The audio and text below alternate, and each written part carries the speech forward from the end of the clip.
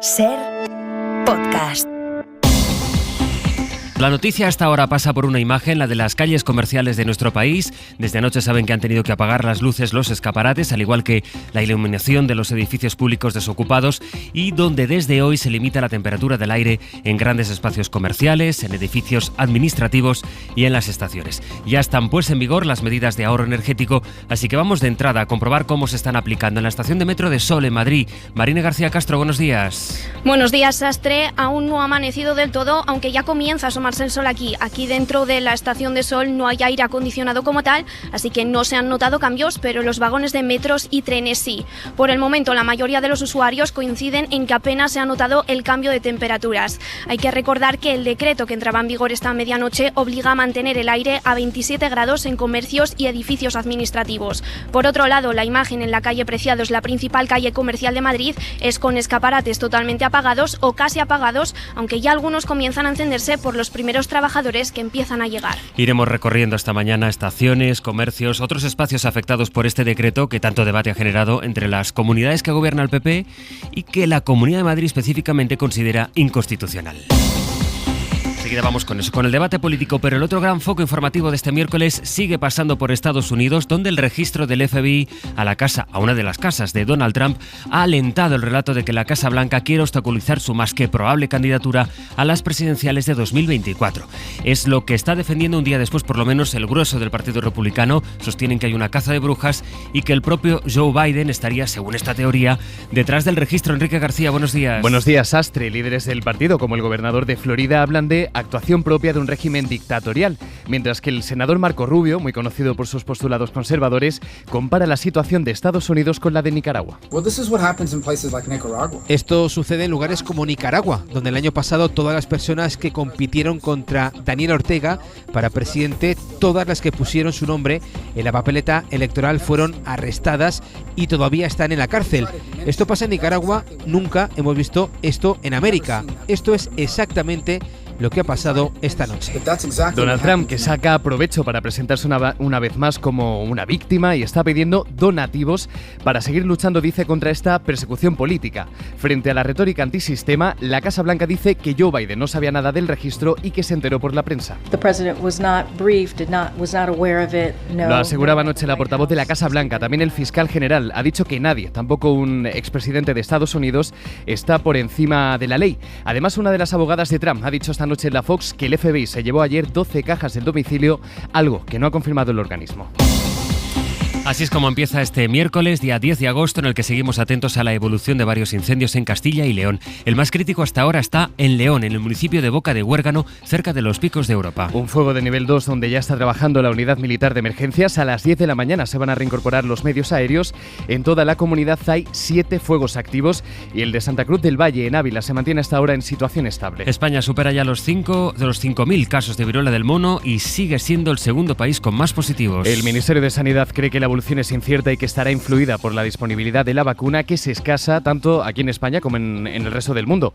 De hecho, en Estados Unidos el gobierno ha autorizado reducir la dosis para tener más vacunas. Van a inyectar una quinta parte de la dosis habitual para pasar de las 440.000 vacunas disponibles a superar los 2 millones. Los expertos consideran que esta reducción es casi igual de efectiva. En Córdoba, el juez ha decretado prisión provisional sin fianza para los 3 hombres acusados de violar en grupo a una chica de 18 años este fin de semana. Córdoba, José Antonio Alba, buenos días. Buenos días. Los 3 hombres de 18, 35 y 42 años ya están en prisión tras ser detenidos el pasado sábado. Los hechos ocurrieron en las cercanías de un polígono industrial. El caso ya está siendo investigado por el juzgado de instrucción número 6 de la capital cordobesa. La subdelegada del gobierno en Córdoba, Rafi Valenzuela, ha mostrado su más absoluto rechazo a estos hechos. La verdad es que es difícil encontrar las palabras que expresen la profunda indignación, la profunda condena y el profundo rechazo que me provoca esta situación acaecida en Córdoba, de esta violación grupal. Noticias ahora del exterior. En Ucrania, Kiev niega estar detrás de los ataques en una base militar en Crimea, donde, según Rusia, varios misiles han matado a una persona y han dejado varios heridos. El presidente Zelensky Ha dicho esta noche que la guerra tiene que terminar con Crimea liberada. Y cerramos la portada con el tiempo, Enrique. Ha habido tormentas esta madrugada en algunas zonas del interior de la península. Hoy se van a desplazar esas tormentas al noroeste. Hay aviso amarillo, de hecho, en Galicia, en Cantabria, en Aragón, en Asturias, en el País Vasco, en La Rioja y en Cataluña. En el resto del país vamos a tener sol, cielos despejados y temperaturas muy similares a las de ayer. Las 7 de Hoy por Hoy. Ser Podcast. Esta medianoche han entrado en vigor, como les decía, dos de las medidas del decreto, del comentadísimo decreto de ahorro energético, el apagado de los escaparates y edificios públicos que estén vacíos, algo que no afecta, ya saben, a los monumentos, y la limitación de la temperatura del aire acondicionado, Enrique. Sí, límite a 27 grados en espacios administrativos, en espacios comerciales, en supermercados, en cines, en teatros, en estaciones, también en aeropuertos. No se aplica a centros sanitarios, educativos, a medios de transporte, peluquerías, gimnasio o las habitaciones de hotel. Tampoco en espacios donde se realice trabajos no sedentarios, como los almacenes o en locales que puedan justificar la necesidad de mantener la temperatura más baja. O sea que hay muchas excepciones, a pesar de que no se incida en eso, pero como les decimos, hay muchas excepciones. Y decía además aquí ayer la vicepresidenta que con la medida sostiene el gobierno que no se pretende sancionar, no por lo menos de entrada, sino encauzar su cumplimiento. Y que compete, recordaba ella, a las comunidades garantizar su aplicación. No se trata de una aplicación inmediata, se trata de buscar el que se ejerzan las competencias, buscar el que aquellas instalaciones que están llamadas a ahorrar energía en virtud del decreto ley puedan hacerlo y puedan solventar las dudas que puedan tener y la manera en la que les corresponde aplicar la norma. Lanzó Rivera ayer aquí en esa entrevista una advertencia de que el gobierno puede incluso llegar al Tribunal Constitucional si ve que los territorios incumplen de manera masiva la medida. El caso es que el Partido Popular está pidiendo ahora los informes jurídicos, técnicos y económicos que justifican este decreto. Es la misma estrategia que ya llevó a cabo el mismo partido durante la pandemia. De momento, a pesar de las críticas, comunidades como Galicia o Andalucía aseguran que van a cumplir la ley y descartan por el momento llevarla al Constitucional. Andalucía, por ejemplo, se da un plazo de 3 meses para analizarla. Y quien marca el paso es la Comunidad de Madrid, que ha presentado un decálogo con los 10 puntos que consideran inconstitucionales. Defienden que el decreto choca con la legislación autonómica o con la libertad horaria de los comercios. Radio Madrid, Virginia Sarmiento, buenos días. Buenos días. Aseguran que invaden competencias autonómicas sin justificación. Se imponen medidas cuando el acuerdo europeo no es obligatorio y choca con otras normas ya en vigor, como la normativa de salud pública para hacer frente al coronavirus. Enrique Osorio. Hay normativa estatal y de la Comunidad de Madrid que dice que las puertas tienen que estar abiertas para la ventilación porque estamos en una pandemia y ahora han legislado que las puertas hay que cerrarlas obligatoriamente. Esto preocupa especialmente a los comerciantes por el desembolso que supondrá instalar puertas mecánicas. Gilmar Barbosa, presidente de la Asociación de Comerciantes de la calle Montera. Hay comercio que necesita 4 o 5 puertas y en agosto, que está la mayoría de las empresas cerradas por vacaciones, no sé dónde vamos a conseguir tantas puertas y el dinero para instalarlas.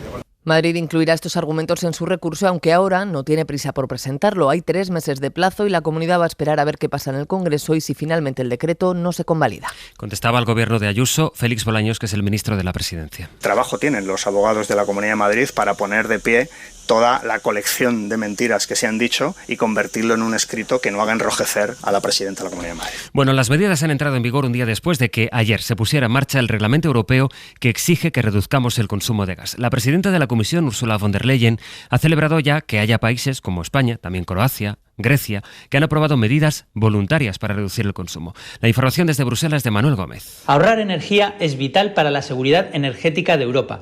Escribió en un mensaje en Twitter que iba acompañado de un vídeo con discursos suyos en los que subraya la necesidad de reducir a la mayor velocidad posible la dependencia de la Unión Europea de los combustibles fósiles rusos.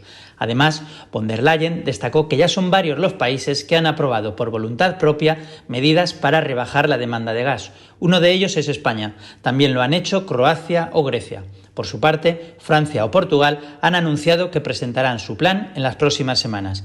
Y, entre tanto, grandes ciudades como Berlín o Hannover han decidido apagar sus monumentos para ahorrar gas, aumentar rápido las reservas de combustible y evitar de esta forma que pasemos frío en invierno, sí. Desde Moscú llega el temido corte de suministro.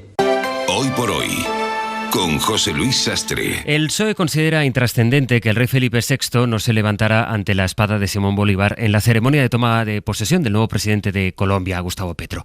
Unidas Podemos, notablemente molesto, exigía explicaciones exteriores, quería saber si compartía ese gesto del rey, un gesto que la parte socialista del gobierno considera, pues eso, intrascendente, dicen allí. Ana Fernández Vila. Ni disculpas ni explicaciones porque se trata de un detalle menor e intrascendente. Esa es la postura del sector socialista ante las reiteradas peticiones de Podemos para que el Ministerio de Exteriores aclare si el gesto del rey contaba con su visto bueno. Félix Bolaños. Lo que vamos a hacer es trabajar porque esa colaboración entre los dos países tenga frutos para nuestros ciudadanos y, por tanto, no nos quedemos en temas que son intrascendentes. Una postura, la de minimizar la polémica, que Podemos considera inaceptable, ya que para ellos se trata de una falta de respeto de extrema gravedad, un insulto al pueblo colombiano. Dicen, siguen presionando los morados para lograr una respuesta que o bien supondría una reprobación del gobierno al monarca o, en el caso contrario de que avalaran el gesto, les serviría para retratar a los socialistas.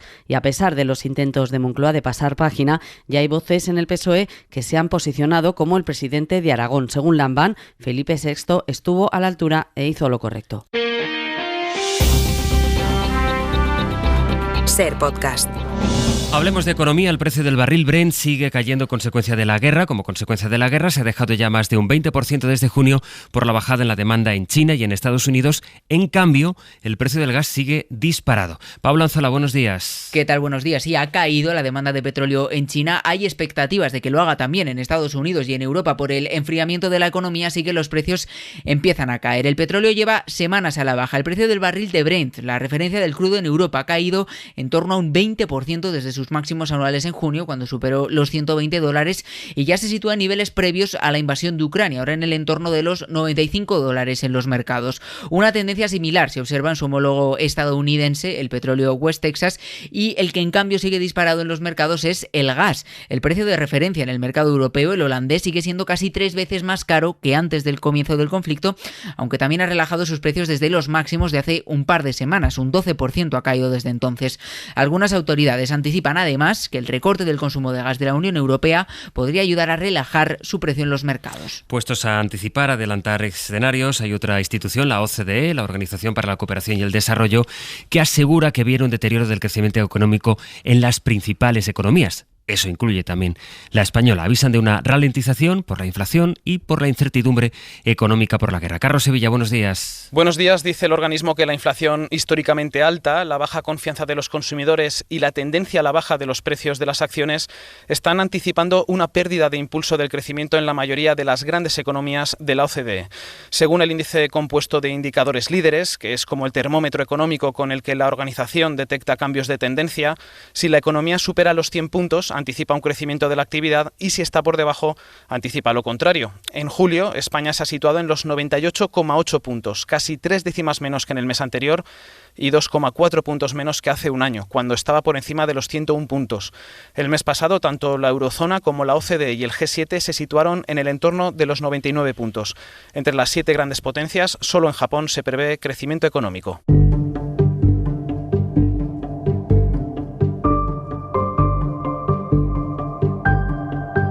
Hablemos pues de la guerra de Ucrania. Rusia denuncia varias detonaciones en una base aérea militar de su ejército en la península de Crimea, que ha dejado a Bayo un muerto y varios heridos. Además de una importante destrucción en ese complejo militar ruso situado en plena península a unos 150 kilómetros del frente de guerra.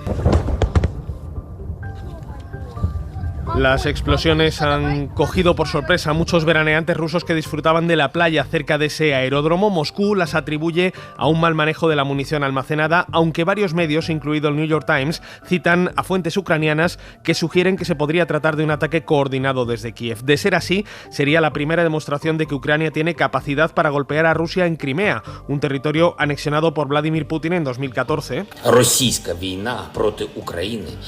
y cuya liberación, según el presidente presidente ucraniano Volodymyr Zelensky marcará el fin de la guerra, un conflicto que hoy parece lejos de acabar. No hay más que mirar la situación en el Donbass. Los bombardeos rusos de esta noche han matado a una veintena de personas cerca de Dnipro. Desde luego es significativo eso, que Zelensky apunte a Crimea como el hito que marcará el final de la guerra. Es para tenerlo en cuenta según cómo vayan evolucionando los hechos. En Italia ha habido en paralelo momentos de tensión en el Mar Sur frente a Calabria, donde naves militares rusas que estaban de tránsito hacia Argelia han realizado maniobras de aproximación a un conjunto de barcos estadounidenses. Corresponsal en Roma, Joan Solés. Las naves militares rusas de tránsito entre Argelia y Siria, según el diario La República, iniciaron maniobras de aproximación a las de Estados Unidos, desencadenándose momentos de tensión en aguas al sur de la región italiana de Calabria.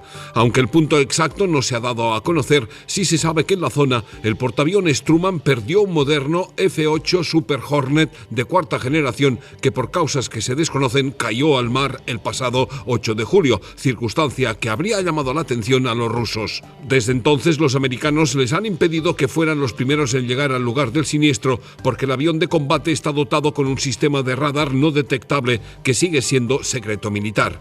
Finalmente, superadas las tensiones, la flota de los Estados Unidos ha repescado el caza a 3.000 metros de profundidad, utilizando para ello un submarino Curve y una nave especializada en reparación de cables submarinos y plataformas petrolíferas. Rusia, que por cierto va a empezar a hacer maniobras militares algo más cerca de España. Moscú anuncia que va a realizar ejercicios antiterroristas junto a Argelia en el desierto del Sáhara antes de final de año. Y en Estados Unidos, el presidente Biden ha firmado una orden para competir con China en una industria fundamental, la de los semiconductores. Joe Biden quiere potenciar la fabricación de estos chips en su propio país para que Pekín no tenga el dominio absoluto de un mercado fundamental para la industria tecnológica. Suscríbete a Las 7 de Hoy por Hoy.